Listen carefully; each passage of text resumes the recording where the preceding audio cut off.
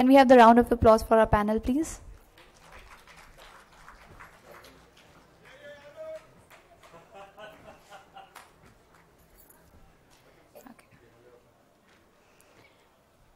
How often have we not yelled in fright seeing horror films? But what does writing on horror mean? And what impact does it have on readers? Discussing this from the edge of their seats is an eminent panel of Mr. Arun Raman, who runs a research and innovation company out of Bangalore. He divides his spare time between trekking, supporting NGOs, traveling, and writing. His debut novel, The Shadow Throne, broke new ground in Indian thriller fiction and went on to become national bestseller. His second book, The Treasure of Kafur, is a tale of high adventure set in Mughal India. I also take immense pleasure in welcoming Mr. Ravi Subramaniam, who is an Indian author.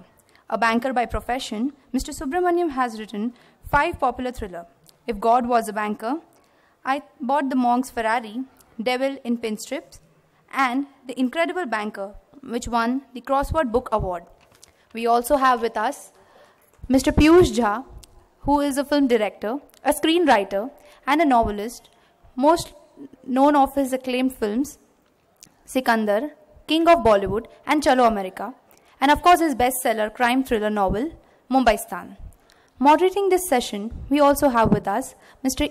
Ishwar Sundaresan, who is a Bangalore-based writer, freelance journalist, third-generation Mumbaikar, mixed bag consultant, ghostwriter, a counselor in training, and an introspective man. Before we get down to this session, we are extremely honored to launch Mr. Ravi Subramaniam's latest book, Bankrupt. Ladies and gentlemen, can I have a big round of applause for them?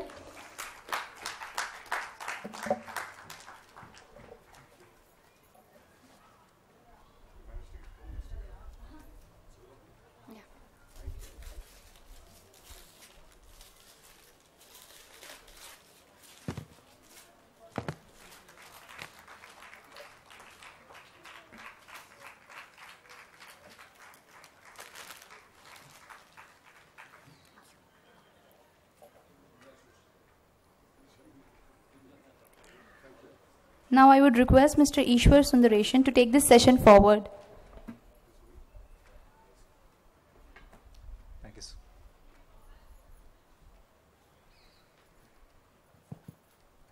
Thank you so much for that. Good afternoon, ladies and gentlemen, fellow readers. We are here to talk about chillers and thrillers, and the title of the session is Edge of Darkness. But I want to make sure that I communicate this. This is happening in broad daylight, and it's going to be a very pleasant and stimulating conversation, notwithstanding the title, The Edge of Darkness. We are here to talk about arguably the most popular genre in fiction, thrillers. And a thriller is basically known for its compelling storyline, plot, memorable characters, and the fact that you keep on turning the pages. And in doing so, it accomplishes something very important.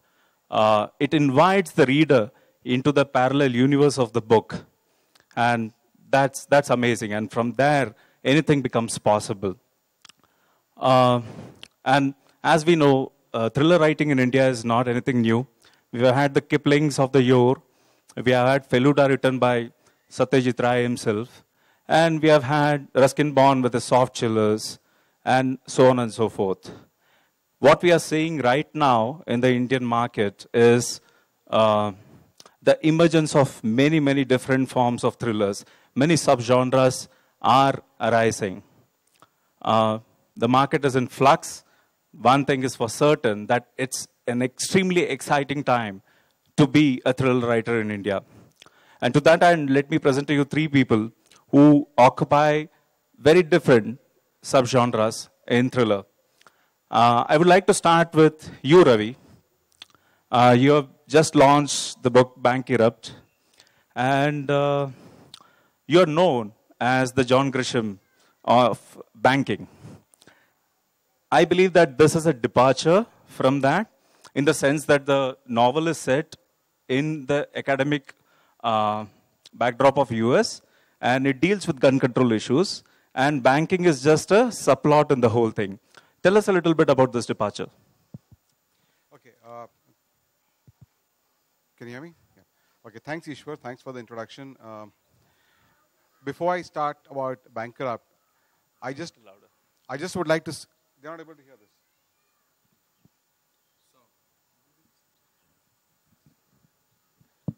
Yeah. Before I go ahead about my book, I would just like to thank Ishwar. He's probably most apt to have done this session because his hairstyle is straight out of a horror novel, right? So Ishwar, I think a fair bit of thought has gone behind who should be hosting this panel for us. So, I'm glad you think so. And while that lady was speaking about you, I also heard ghostwriter. So I guess that also adds to a bit of a horror. But yeah, I've written thus far books that I've written have been in the space of banking, not textbooks in banking, but thrillers based in banking. And I chose banking as a subject to write my books in because, one, I was lazy. Two, I spent about 18 years in banking. And when you spend that long in banking, you understand all the nitty-gritties of banking, what can go wrong, what can go right, and stuff like that, and what kind of things people do. And three, most importantly, nobody wrote about banking. Okay. And if you look at a thriller, what do you need for a good thriller? For any good thriller, you need people, you need relationships, you need sleaze, you need money, you need frauds, crime, investigation, murder. Anything else I'm missing out? Yeah, six. Sleaze. I said Six. sleaze. I said sleaze. Okay. So essentially, banking has all of these. So when banking today has all of these, then it's the ideal ground to write thrillers in. And I started writing thrillers based on banking. That's how all my books came about. After writing 5 books, I then changed my publisher to Penguin. And that's when I thought, I'm moving to a new publisher. Let me try and make a slight departure from what I used to write in the past. And this time, I've set my book in Bombay and Boston. It's a story of an investment banker married to an academician who works in MIT Boston. And it's a story of how she gets embroiled in the entire controversy of gun control versus gun rights, and how one thing leads to the other. There are murders, there are investigations. The banker goes to the US, and suddenly he finds himself accused of a murder. So if he actually has to escape and prove himself clean, the only way he can do that is by figuring out who's committed the murder and who's behind everything that's happening. So it's about a banker who's caught in an eruption at MIT, and that explains the title. It's a very interesting story which has got all the ingredients of a thriller, except probably the ghost element. And I'm sure people would like reading it. I would love to hear from you as to what you think of the book once you have finished reading it. If you are able to guess the ending before you reach the 95th percent of the book, then do let me know. I would challenge you that you would not be able to figure out what's going on in the book till you have reached the 300th page out of the total of 320 pages. So if you do that, please write into me. Actually, just one second. I'm a little confused. What's this ghost and all this stuff going on? Am I at the wrong panel or what? Because I mean, have you written a ghost story? No, he's just You've written ghost story? You've written? No, why did she mention horror and all? I think Ravi is having some fun at my expense. That way. Okay. And that's fine. So we just heard one particular writer who basically deals with white-collar crime. And from there, we move on to Arun Raman. His debut novel, The Shadow Throne, is absolutely brilliant. It's the tightest novel that I've read by an Indian writer ever. And Arun, right now you are about to release your second book, The Treasure of Kafur.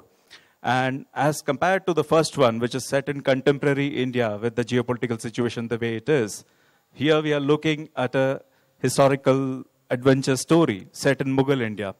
So it's quite a departure on your part as well. Can you tell us about this and also how you decided that you wanted history as part of your writing? Well, Indian history is very interesting. It's one of the most interesting backdrops that you can have to a book. Some of you have, even recently, I think you would have read the discovery of the treasure at Padmanabhaswamy Temple in Trivandrum, right? In my book, the first of the Delhi Sultans to invade South India is Alauddin Khilji. Alauddin Khilji sends his slave general, Malik Kafur. For the first time, they cross the Vindhya mountains and the armies enter South India, and they are shocked to see how rich it is. The earlier Delhi Sultans have not had a sense of how rich South India was. So Kafur travels all the way up to Madurai, and he defeats all the kings on the way and picks up a huge amount of treasure. This is historically true. On the way back, they get worried because dacoits, robber gangs, other armies are after all this money. So Alauddin Khilji writes a secret letter to Kafur and says, bury the treasure somewhere there, you need it later, and when the dust settles, we will bring it back slowly. So the book starts with the hiding of the treasure of Kafur, which happens in very secret circumstances. But shortly after that, Kafur dies, Khilji dies, and India falls into a kind of chaos for the next 100 years. The book starts then with 250 years later, when Akbar is at the peak of his power. And for the first time, it appears that his enemies will soon have the secret of the treasure of Kafur. So that's how the book starts. So I think it's an adventure story, fast-paced adventure, set against a loose historical backdrop.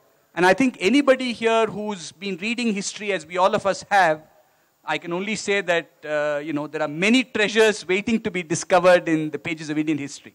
So I thought I'll use history to do that. Thank you, Arun. And if your first novel is any indicator, then I'm really looking forward to reading the second. So what we have just seen is two writers, two very distinct styles of writing, talking about their forthcoming books. And one of them is actually out there already. Now I come to the third writer that we have with us, Piyush Jha. Most of us know Piyush Jha as a man who straddles two very different kinds of spheres.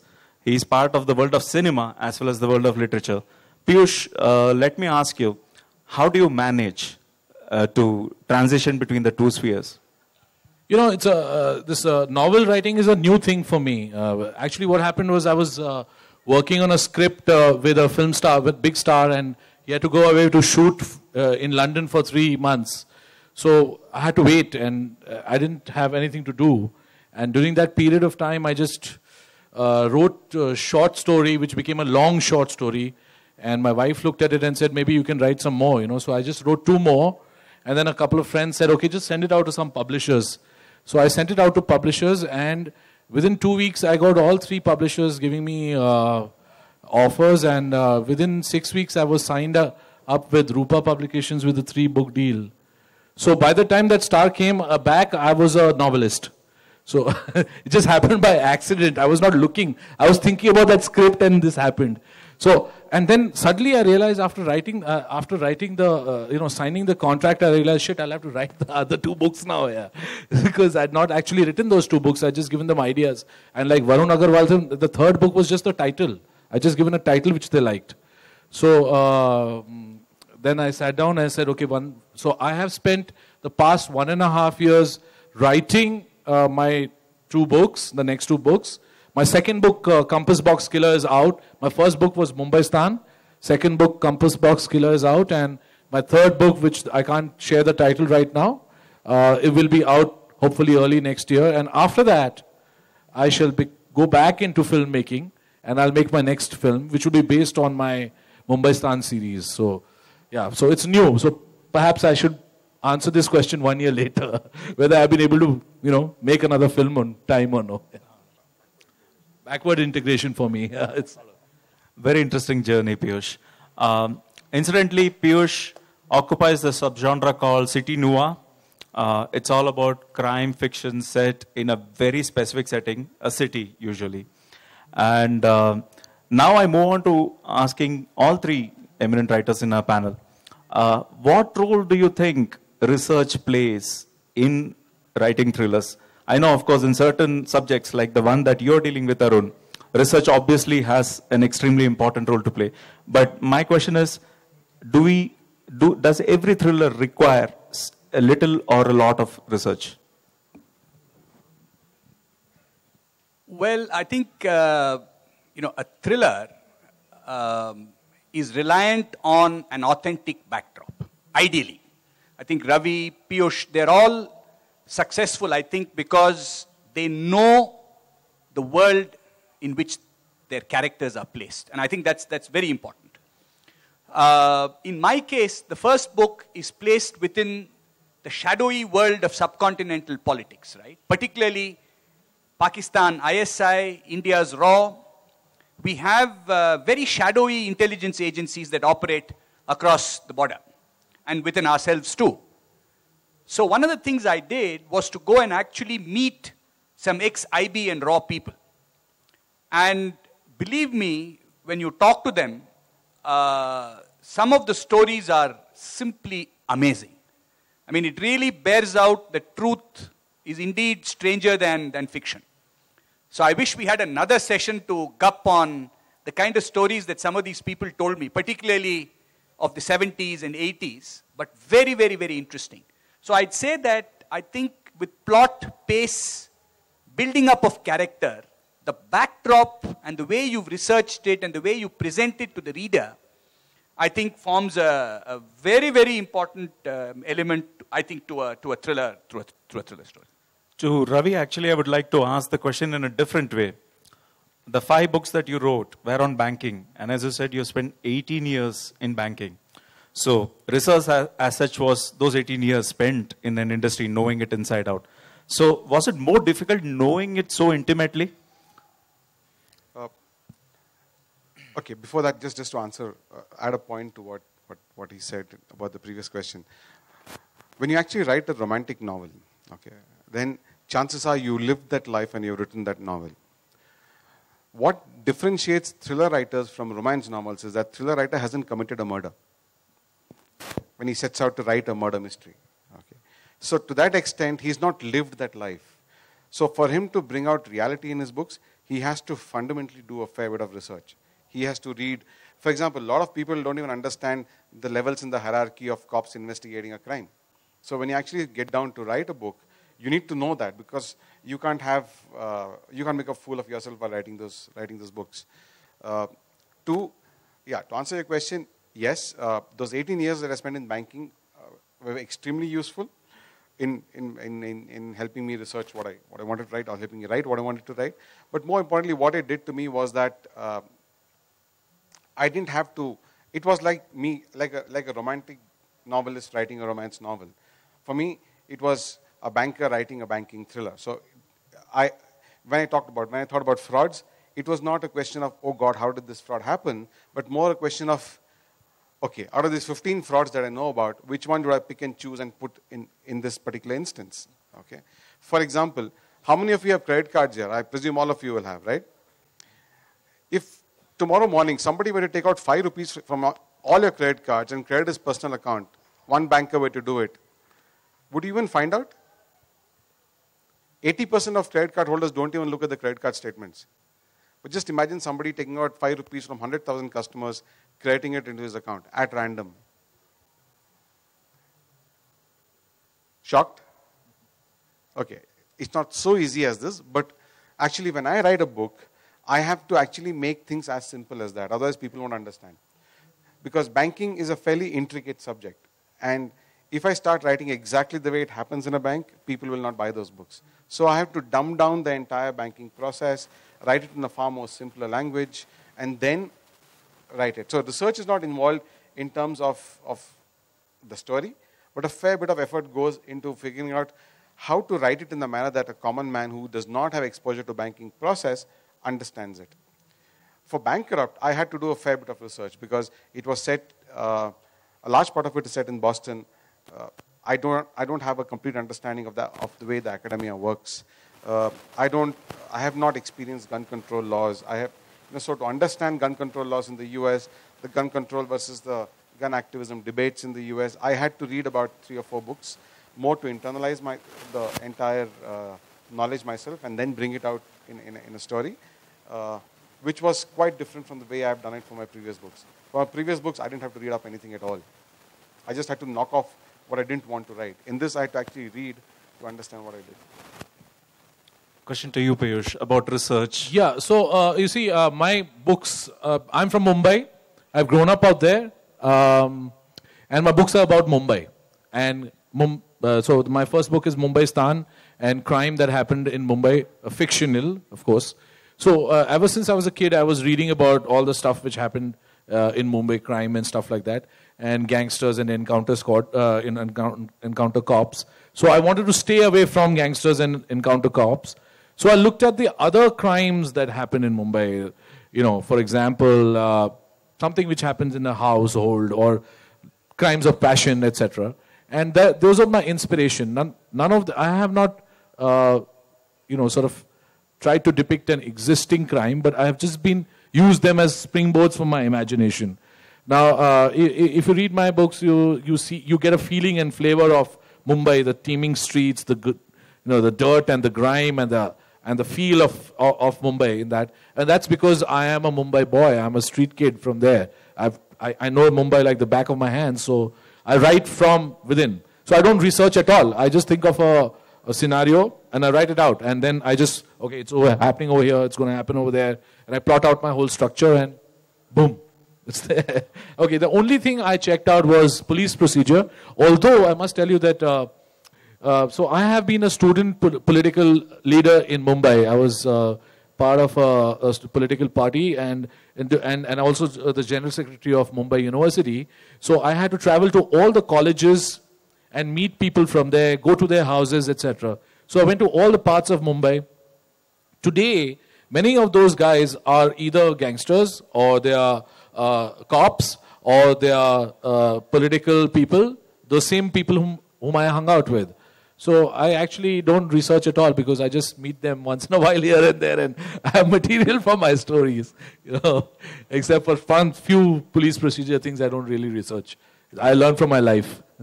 I just moved my chair a bit this side. Okay. The only person looking like a gangster out here is, who?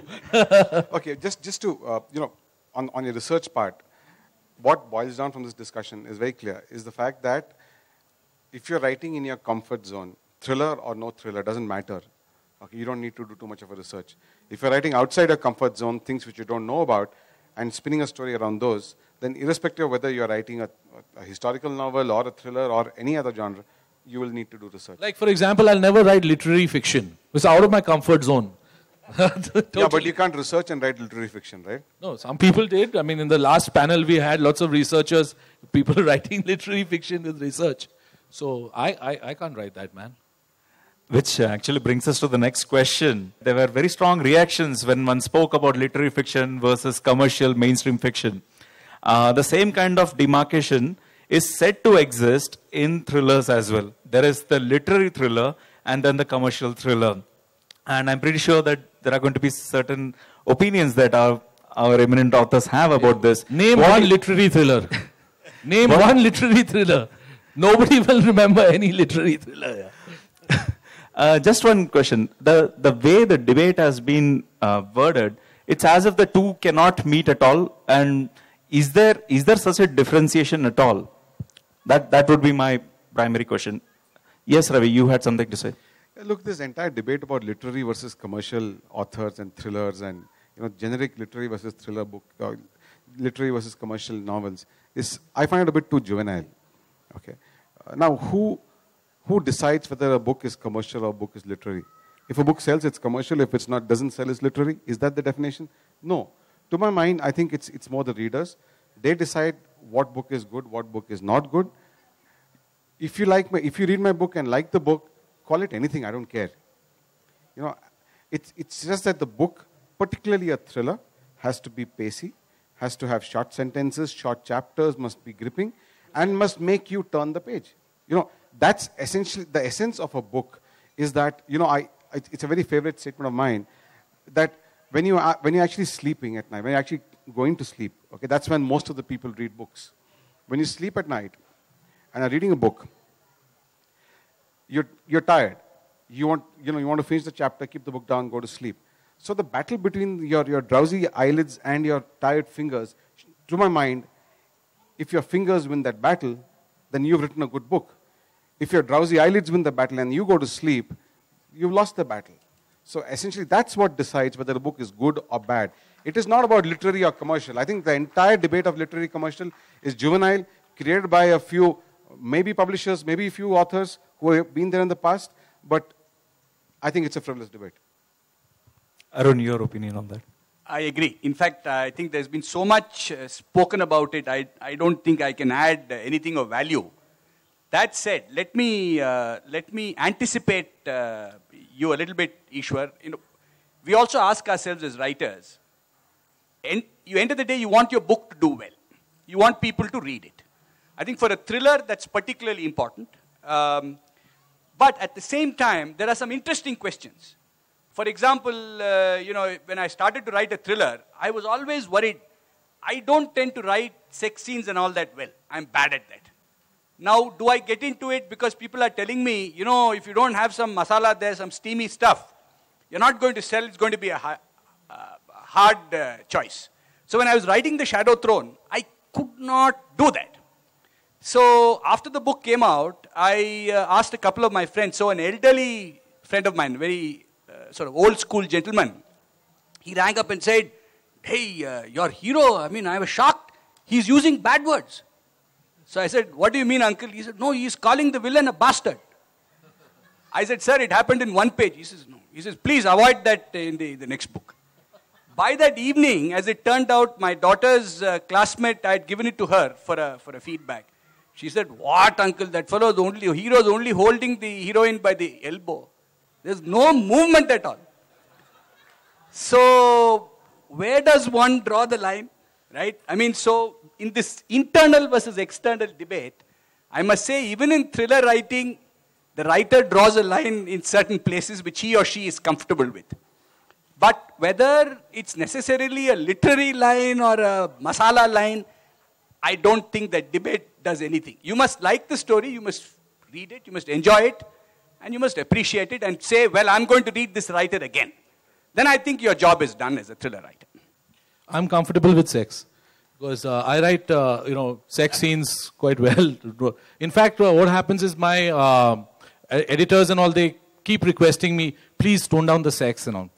So my Compass Box Killer opens with a sex scene which turns into a murder scene on page 2. Murder in page 2, and that sort of gets you into the book. And coming back to the literary versus this thing, there is nothing called a literary thriller. Because thriller has its own tenets. You have to have twists and turns, and you have to manipulate your reader. As a writer, you have to manipulate the circumstances in such a way that it keeps the reader hooked till the end. And that is the whole idea of a thriller. Something literary makes you think. A thriller makes you sweat. If your audience or your reader is not sweating and his heartbeat is not pumping, you are not doing your job as a thriller writer. So the twain shall not meet, and there have not been any instances of literary thriller. Yes, but what happens is over time we tend to start thinking of a book which was intended as a thriller, and now we start looking at it as a literary masterpiece. But at that point of time, when it was written, like a Wilkie Collins or a Joseph Conrad, they wrote it as a thriller. But today we look at them as masterpieces of literary fiction. But it's just time that takes time. I tend to disagree. I think the fundamental definition of literary and non-literary is a bit warped. So your question to, are there books which people perceive as literary thrillers? Yeah, there are books which people perceive as literary thrillers. For example, J.K. Rowling's latest is perceived as a literary crime thriller. Okay, so is that so? Yeah, that's the way people perceive it. And to me, the definition of literary versus non-literary is a bit crazy. That's why it was not selling in the before people came to know it was J.K. Rowling's. Possibly, I don't want to get into that debate, but there are literary thrillers which are perceived as literary thrillers, and there are books which which are perceived one? as non-literary Name now. thrillers. I told you one. J.K. Rowling's, okay. Okay. So it's just that a thriller which is pacey, which keeps you hooked, as you said, and which makes you reach the end in 4, 5, 6 hours is probably a good thriller as far as I'm concerned. If it makes you put the book away and not even think about it, it's a bad thriller. To me, in thrillers, the question of literary and non-literary doesn't even come in. It's just the reading experience, it's the story, and it's a twist, as you said. But beyond that, everything else is frivolous. Yeah, that's true. And it looks like in the Indian market, a lot of writers are producing such compelling tales that cannot be put down. The numbers show it, and then you have this, so many good writers coming up whom the audience connects with, and they seem to adulate.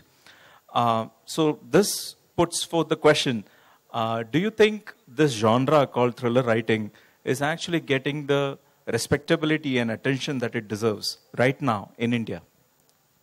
Yeah, I think, markets tend to evolve over a period of time. I think now you have a very young audience, younger than ever, ready for quick, racy reads. Western thriller writers do very well in India. I mean, there's a reason why a Jeffrey Archer, comes regularly to India. There's a reason why Ken Follett comes. They don't do it just like that. So I think the Indian audience for thriller writing is growing. In thriller writing in English is growing. But also, we don't realize that some of our Hindi writers, for example, Surinder Mohan Pathak, and some of our writers in Tamil and the regional language, you got fantastic thriller writers. And Sujata, and they sell millions of copies. I mean, we sit here and we think we've done something, but somebody like Surinder Mohan Pathak has sold, I think, 20 million copies upwards. And so we've got a fantastic tradition of thriller writing. I also think India presents a phenomenal canvas for thriller writers. It's just not history, it's not politics, it's contemporary society, it's Mumbai, it's the way our industry is struck. It's all sorts of things happening. Our politicians, our society provides ample scope for thrillers of all types, all varieties. So I think, if there's one thing that I'd really like to put to our audience today is to say that there is really a thriller inside every one of us. All we have to do is to, let it come out and let it really, expand. As an aside, my wife's also in the audience. She and I were in Tihar for 9 days as category C prisoners in 1982. So my cellmate, my barrack mate was Charles Sobraj. And so I spent a lot of time with pickpockets and petty thieves. So Piyush is not the only notorious I've never been to jail. guy. So Tihar was a fantastic experience. It's amazing to see the types that a lot of people from Tamil Nadu, by the way, and Karnataka in Tihar. So I met a lot of my compatriots, and maybe soon you will see a story on Tihar coming out when I'm through next. Why were you in Tihar, if I may ask? Well, I was under many charges, but the important one is that my wife was first arrested for molestation of women by the Delhi police. My God. That's Darker depths have been suddenly so revealed. You have a thriller at home. Okay, so that's an interesting story. But to answer your question, Ishwar, I don't think it's a question of respectability. The fact is that India has not produced so many thrillers. Okay, so Indian readers have grown up on Jeffrey Archer. Jeffrey Archer is not a thriller. On Grisham, on Frederick Forsyth, on Ludlum, on all those guys. Now, if you look at the Indian author scenario, Indian books, the thrillers have started coming in over the last 3-4 years. So it's still not come to that level where, every day you walk in, you find a new thriller in the stores. Whereas a James Patterson comes out with 5 books in a year or 6 books in a year, which are thrillers. A David Baldacci comes out with 2. Frederick Forsyth comes out with a book every 2 years. Grisham comes out with a book every year. So people normally, if they have to pick up thrillers, go and pick up those books rather than really look out for Indian thrillers. That's changing a bit with more and more Indian authors coming in and writing thrillers which are read, which give them stories which people can understand, set in their own backdrop, in their own cities, roads which they can understand rather than some weird corner of Prague. So things are changing, and whether respectable or not, I don't know. But yes, the Indian authors in the thriller space are constantly increasing, and things are looking good. So I want to say that when I wrote Mumbai Stan, at that point of time, there was no city noir crime as a genre. I was one of the first people who wrote in that genre. And, you know, at that point of time, there was and this is just a year back, right? And since then, I have seen so many people who have come out with crime, city, noir, and publishers are out there. So obviously that means, and I have got a good readership, and obviously that means that there is an audience which is looking at crime noir. You have crime noir behind the Silicon Mask. He's got a city crime noir book based in Bangalore, and every you know, city is almost getting you know, their own investigator, etc. And so I think that overall people are now looking for their own stories, especially in the crime thriller zone. And I feel that to me is the most heartening thing, because you know, the idea that you embrace your own culture and your own you know, cities and your own situations, and read authors who are springing up from within you is something which is India shows that we are maturing as a you know, reading nation, or a sort of engaging with our own culture nation. So I think that it's a vibrant time to be a writer, especially in a crime thriller zone which is just generally been ignored for a long period of time in English writing. Yeah. Thank you so much. The responses that you gave also answered another question that I had about implicit demands that the Indian thriller reader makes on the writer. And what we are seeing is that, you know, there's a starvation. These Indian readers are starved of thrillers set in India for many years. And thankfully, the situation is changing now with the emergence of a new generation of writers who deal with this genre. Moving on, there's one thing that's always amazed me about this genre. It's so easy to serialize a thriller, in the sense that you create a memorable character who makes such an instant connect with the audience, and the writer might be tempted to reuse the character again and again, because, you know, he might do more fascinating things the next time around. So then we see the emergence of prequels and sequels. What's your take on it? Would you like to have serialization, or would you like to start off with a blank slate each single time? I favor the serial route, at least to some extent. I'm not saying that it's necessary all the time, but you've taken a certain amount of trouble to create the characters in the first place. So as an author, you have invested in them emotionally, you've built them up, you've built a certain profile. So it's nice if, particularly if your first book does well, commercially also I think you're on slightly safer ground. I'm not saying this is necessarily true, but you're on little safer ground if you leave the end of the book a little open. So the reader must say, you know, when am I going to see a prequel or a sequel?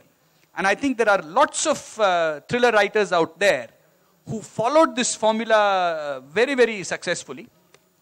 So I still think that there is, I'd say that, you know, I mean, there's no rule, but personally I would prefer to run a serial for some time and see where it takes me. It's very interesting, but it's also, you know, the writers also look for a comfort zone. I mean, end of the day, you want to do well in the market, you want to, whether it's some of the fellow convicts I met in jail or anywhere, people tend to remain, they want to do better at what they know they're good at. So I think the serial stuff is like a pickpocket getting better at it day by day. So that's the way it is. Thanks. And, you know, as a reader, you know, when we were reading, we would love to read, say, the exploits of Hercule Poirot or Sherlock Holmes, or, you know, other, now Ian Rankin's, you know, Inspector Rebus or Jack Reacher. You you know, and we like that character. Once we build a relationship with that character, we like to see him in different newer situations. And you know, we did it as read them as children, and the Nancy Drews and the Hardy Boys, etc. So there is a whole culture behind the readership and the publication and the writing of serialized characters. And I am doing that. My character, Inspector Virkar, made his presence felt in the first Mumbai-Stan short novella called Injection Wala, and now there's a series with his first Compass Box Killer. So it's a series which is planned. Inspector Virkar will continue his exploits, book after book. So people get comfortable with it, and many of the reviews that I get is that we can't wait for the next one to know what Inspector Virkar is going to do next. Yeah. Okay, how many of you actually read sequels or prefer sequels in thrillers? How many are indifferent? Okay, so I have more people than you have. Okay, actually, Ishwar, the way I write my books, it kind of does not lend itself to sequels. The reason I'm saying this is because when I write a book, it's on a blank slate. I don't have the story in mind. I don't have a flow chart or a document which tells me these are the chapters and this is how it's going to end. I start writing from, with a blank thought in mind. And then the first page leads to the second to the third. So when I've written my 50th page, I don't know what the 55th or the 60th page is going to contain. And that helps me because it lends a certain amount of intrigue. Okay. If I don't know what's going to be in the next page, there is some hope in hell that the reader will get to know what's there in the next page. So to that extent, it helps me in keeping that intrigue alive.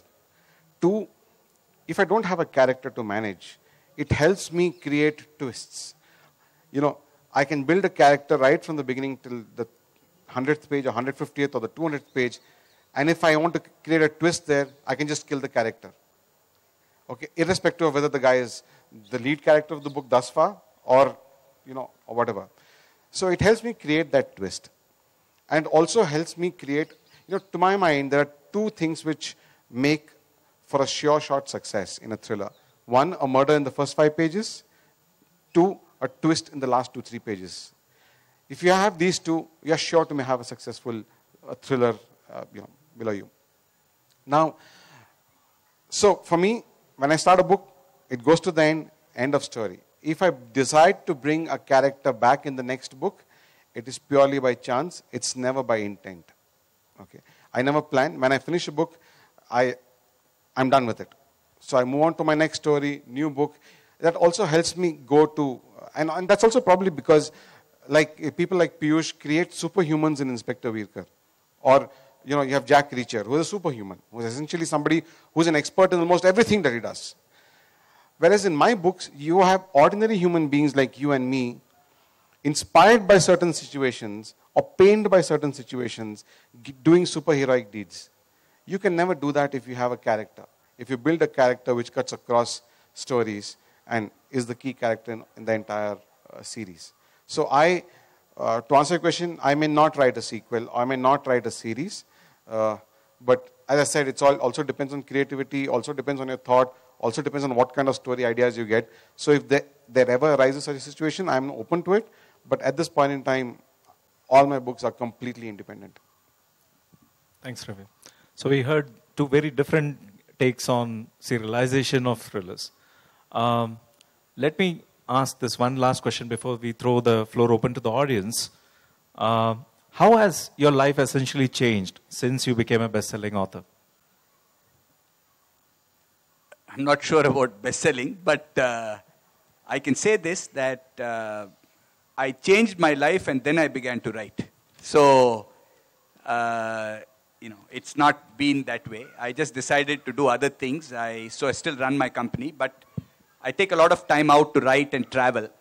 But what I can say, and I think previous speakers at the LitFest made this point, that any creative endeavor, whether you paint or whether you write or you dance, you sing, I think has a profoundly relaxing effect on the brain.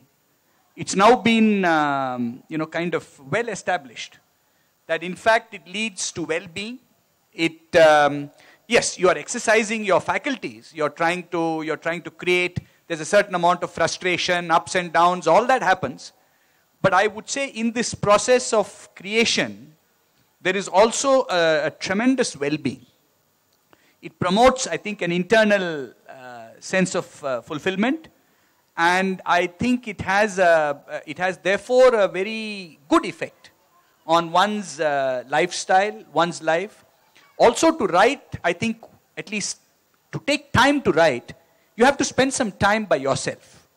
You cannot constantly be necessarily surrounded by a whole lot of people, be social all the time. You need a certain amount of solitude to create, and I think that itself is a good thing, given the way in which our lifestyles tend to be set up. So in short, it's been, an extremely positive and a wonderful experience to be a writer. Thank you. Okay, I'm going to give you a very honest answer straight from the heart. Nothing political in this. Okay. When you are a senior corporate executive, you tend to get a lot of feedback which borders almost on positive all the time. Nobody comes and tells you, Ravi, you suck. Okay. Nobody in office comes and tells you, Ravi, what you're saying is wrong. Nobody comes and tells you that what you're going to do is going to have disastrous consequences on your plan. So you tend to fly very high. You tend to fly in the sky. You tend to become proud. You tend to become brash about it. And it shows in your personality. I think what writing has done to me, it's changed that approach in me. It's made me a lot more humble. And I'll tell you why it made me a lot more humble. When you write books, and I asked this question to the previous panel as to how do you take negative feedback. Because when you write books, a lot of times you tend to get negative feedback as well. Because you are a nobody in that space, right? A person who's reviewed your book sitting in Panipat sends you an email or posts a blog which is very negative about you. When I wrote my first book, the first review which I got this is about 6 years back, was don't bank on it. Okay, this is the first newspaper article about me. Don't bank on it. It hurts. When you actually get that kind of a review, it hurts. The second review was a blog which was put up by somebody who's quite popular. It said, Ravi has written a book which is worse off than Chetan Bhagat's book. Okay. This was the second book. Just imagine, June 27th, I've written a book. July 1st week, these are the two reviews which come my way. Now, how do you feel? It hurts. Anybody in that space would have felt bad. I went and commented something dirty on those blogs. Okay. Normal human being does that. That's probably because that was my corporate persona speaking. You were a senior in an organization, don't know how to take negative feedback, so you go back and do that. But over a period of time, realization has dawned on you that, look, if a person writes negative about you or writes in with a negative feedback, it only means that he feels so strongly about it that he's actually taken the effort to put down something, spend 1 hour and email it to you or post it on a blog. He could have just thrown the book away and gone away. So when you put yourself out in public space, you need to listen to that. You may not act on it. If you didn't like the way you've narrated your story, fine. But at least listen to him. You owe him an explanation as to why you did that, what you did. And 2, if you notice a trend across all the negative feedbacks, then maybe there is something wrong with you. Maybe you need to change. Once that realization dawns on you, you tend to become a much better human being, a more grounded human being, and you don't tend to think the sky of yourself. I think that's kind of happened to me, that transformation from a proud senior corporate executive to somebody who's more grounded, more humble, more human now has happened. It should happen to everybody who becomes senior in an organization. I think it's a good change. And I think if you ask me what becoming a best-selling author has done to me, it's brought about that transformation in me. So at the end of it, it's made me a better human being. Well, the biggest difference in my life after becoming a quote-unquote best-selling author is that early on I was there and now I'm here. So basically what I'm saying is any of you can be here. If I can be here, any of you can be here. So write your stories and, send them out, and I'm sure that you will be here someday. That's all I can say. Thank you, Piyush. Very concise. We are now ready to take questions from the audience. Who would like to answer the first question? Yes, the gentleman there.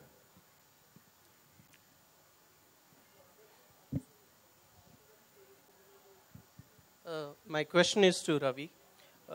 Big corporations, especially banks, usually exonerate smaller misdeeds of their employees, which catapult into the frauds of which we read in your books. How do you think? What is your take on that particular phenomena? My take is very clear. If a guy commits a fraud in the bank, okay, the guy does not deserve to get another job in any other bank in this country. Sadly, that doesn't happen. You do a small fraud in a small organization, you get sacked, you go to the next company, you get a job there more often than not at a senior level than the previous organization. I think that's a sad state of our job market, where there is no punishment or no negative implication of committing a fraud. Organizations also let fraudulent employees go scot-free simply because they don't want to get involved in the entire investigation, the brand name issues, etc., brand value issues, etc. So it's sad, but fact of life. In my book Bankrupt, I actually pointed out a story of US academia where if you lose a job because you're blacklisted, no other university worth its name will hire you. In India, we do not have that blacklist concept. So it's bad. The only way this can change is if organizations are honest about it, do proper ref check about employees they're hiring into their fold, and if an employer has committed a fraud, scale of the fraud does not matter, right? It's more, with the fact that you committed a fraud, then things will change. But till then, it's going to be the same.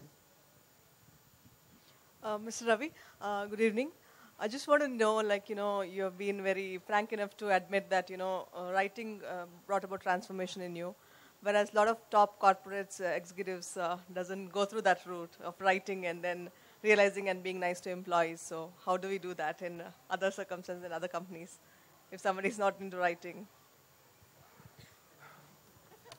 It's, I don't know how to answer your question. The fact is that if organizations somehow start rewarding attitude along with performance, I think that's when this transformation will come across. But organizations don't do that. They value performance over attitude and everything else. People have very short-term focus, 2-year focus, come in, deliver your job, hire mercenaries to do your job for you, and then move on. I think that's a wrong approach, but sadly, organizations have a short-term approach. So, and especially private and MNC organizations have a short-term approach. They hire people with that kind of a view in mind. They're not like public sector units where you have a guy, keep him in the job for 5 years, let him develop the second level of command, and then in that challenging environment move on and have more accountability for your actions. At the middle management level in private sector units, it's a lot better than the senior management level in MNCs and public sector and private sector units. So there is no short, one-line answer for your question. It's got to be a complete transformational change.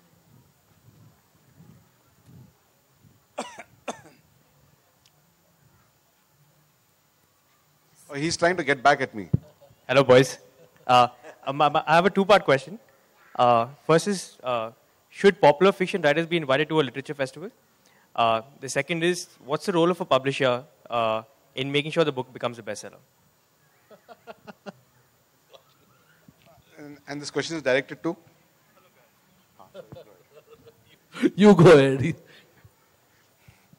I think I answered the popular versus literary debate during the course of the panel discussion. I think the entire debate about popular versus literary is a bit juvenile.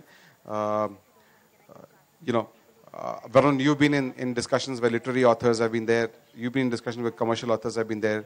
I'm using those terminology because they're popularly accepted terminology. And you've seen who gets read more, who doesn't get read more. So I don't want to even get into that debate. It's fine. Just you are a successful author. Don't let that get to your mind. You are probably among the... okay, let me just confess. I don't know how many of you have met Varun Agarwal, but he's among the most promising authors on the Indian literary commercial horizon. So, so I think literary and non-literary, you will succeed. So that's besides the point. to, I strongly believe, very, very strongly believe, and this is a notion developed over the last 5 years, that an author is the CEO of his book. Okay. The success or failure of the book, the buck stops at the author, nobody else. A publisher has 20 books to promote, 30 books to promote, you are one among those 30. An author has only one book to live by. So that's your book. So whether it's promotion, whether it's quality of the book, whether it's quality of editing, whether it's quality of marketing, an author has to be involved in almost everything. If the publisher does not do it, the author either makes the publisher do it, or does it himself, or the third option is moves from the current publisher to some other publisher who's willing to do it for you. That, apart from these three options, there's no other option.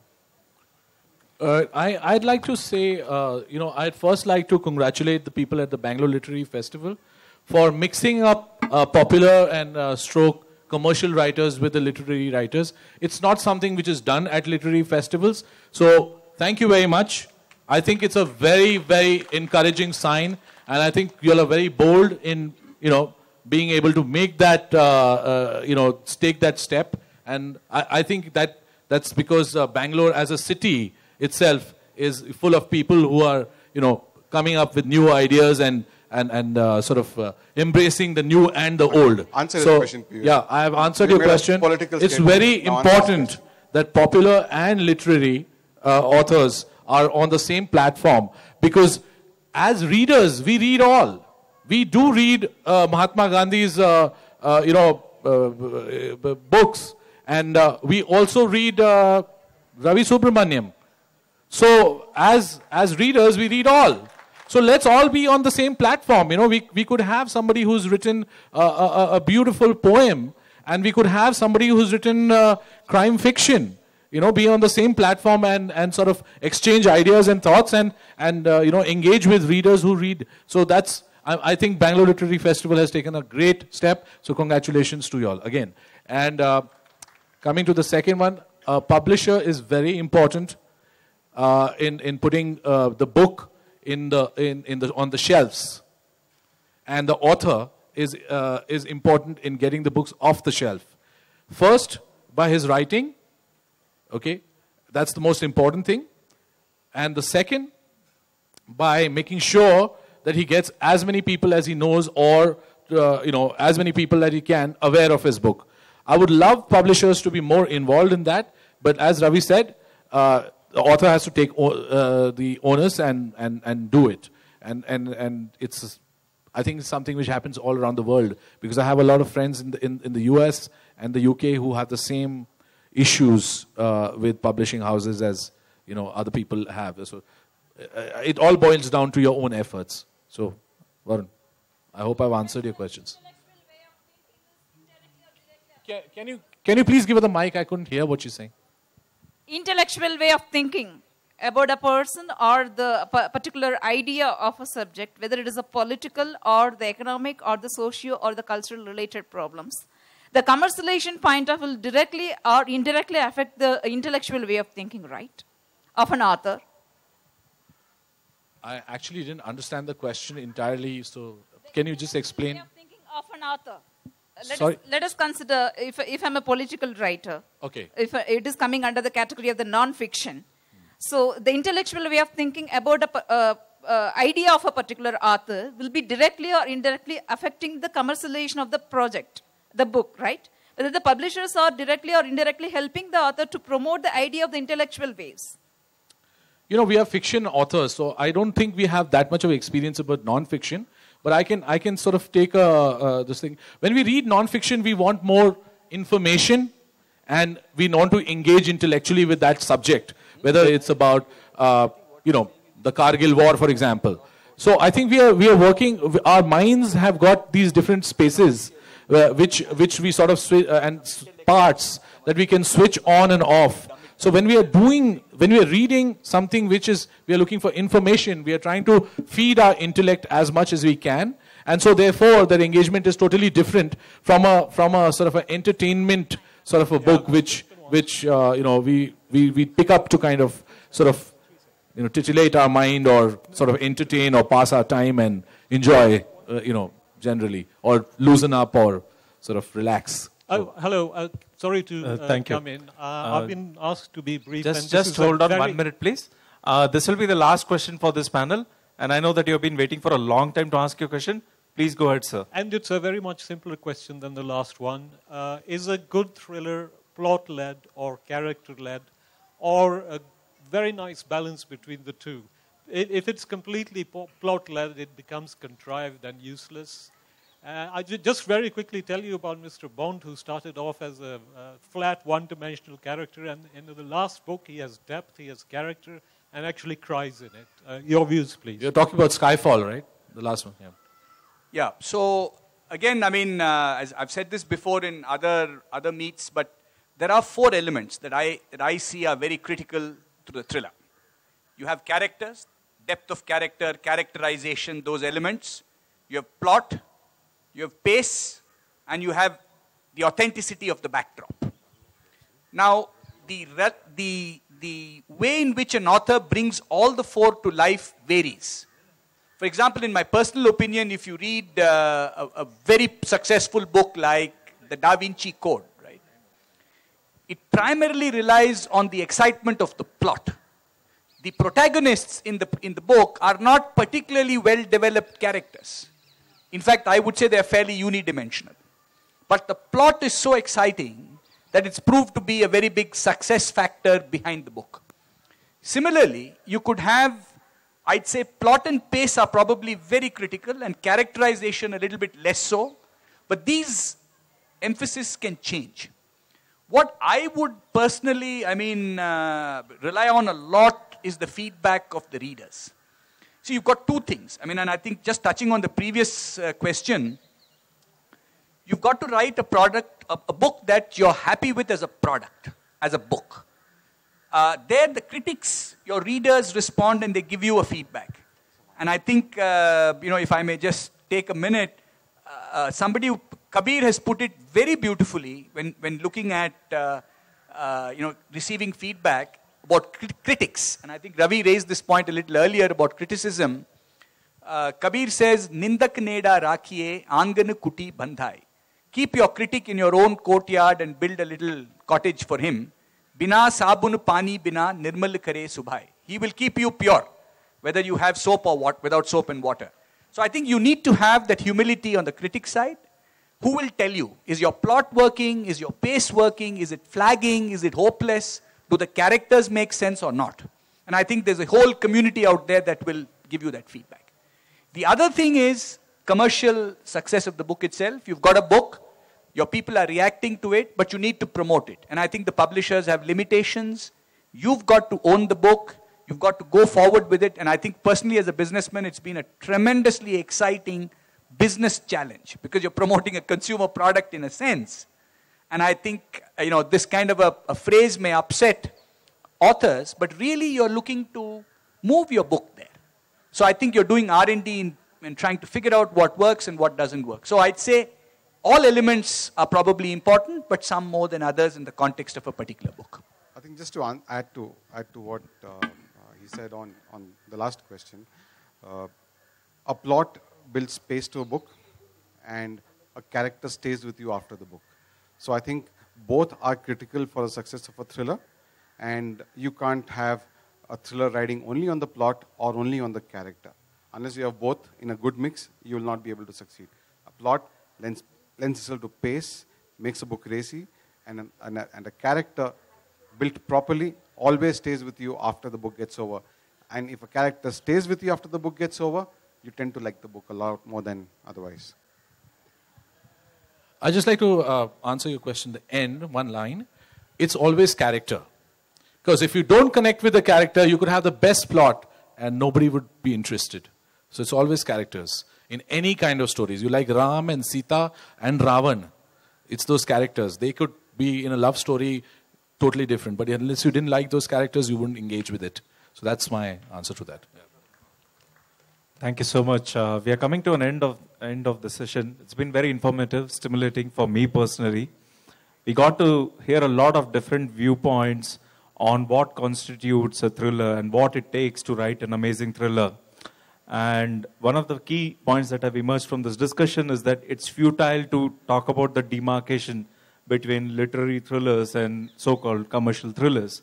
And thank you so much for being such a knowledgeable audience, so patient with us, and for giving us a very patient hearing on your part. And thank you so much for being here and participating in this conversation.